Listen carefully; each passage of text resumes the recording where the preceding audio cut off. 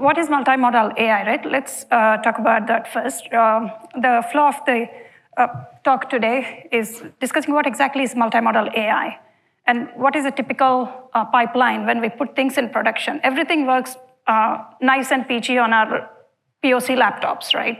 How do you put this in production at scale?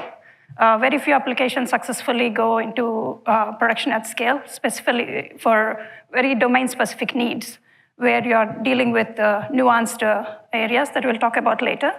And how do you deal with data and features? What kind of inputs do you want to give? What kind of output should we make the application give?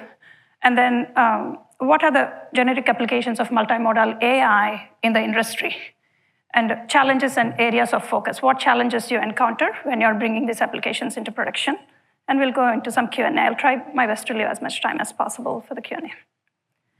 So what exactly is multimodal AI, right? Multimodal AI is an AI system that takes multiple types of data as input, like text, audio, video, sensor data, and is able to bring out a cohesive response as output, considering all these inputs, similar to how we perceive multiple sensory systems provide input for us to make better decisions. It is not necessary that an AI should always have multimodal input at equal pace. It could rely on two aspects.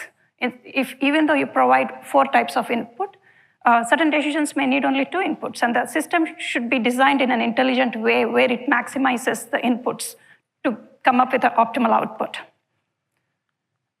So is it new? Many people see these vision models, language models combining together. Is it a new thing that has evolved? It's not.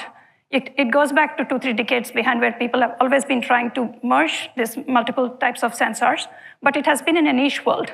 When I worked in the autonomous vehicle domain industry, we were constantly combining and fusing together LiDAR, ultrasound, radar, camera images, and other sensory input coming from the car, canvas signals, and so on. So it's not new, and it has evolved into what is the current state of multimodal transformer models. And you also have to consider that based on each application, some applications need like millisecond response time, like vehicles, and some can wait for decisions, like 30 seconds is a good latency. So how do we design these applications is something that we can discuss.